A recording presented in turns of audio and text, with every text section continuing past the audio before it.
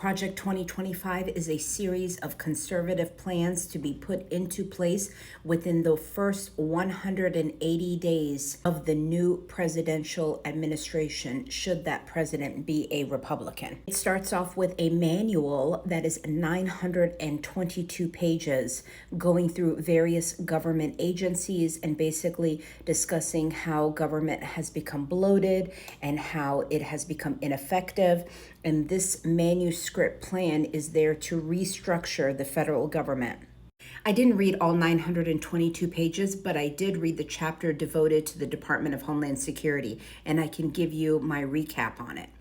First, they want to get rid of the Department of Homeland Security. They say it is bloated, it is ineffective, and it's not working the way that it needs to be working. They want to consolidate Immigration and Customs Enforcement and Customs and Border Protection into one agency called BSIA, Border Security Immigration Authority. They want to get rid of temporary protected status. They want to get rid of the T trafficking visa. They want to get rid of the U qualifying crime visa. They want to restructure the H-1B and only bring in, quote unquote, the best and the brightest to work in the United States. They want to permanently authorize and make mandatory E-Verify. They want to end all parole programs, whether it's for the Ukrainians, the Haitians, Venezuelans, Cubans, and Nicaraguans. They want to raise the standard for the credible fear interview and align it towards the asylum standard, which is much higher. They want to eliminate the opportunity to apply for asylum if you're a victim of gang violence or domestic violence.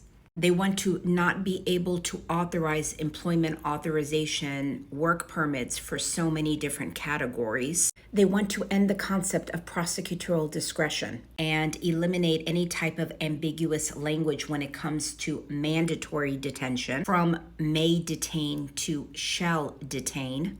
They want to mandate local and state law enforcement agencies to cooperate with ICE and for ICE to follow through and do the detainers and detain foreign nationals in the United States that do not have status or that have criminal convictions.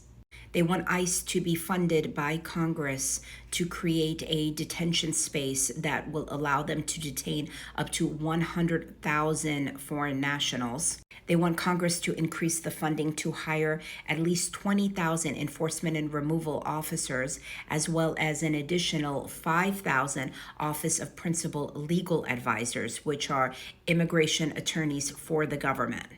They want to stop increasing the number of H-2B temporary seasonal workers quota to allow more foreign workers to come to the United States to perform these seasonal job duties.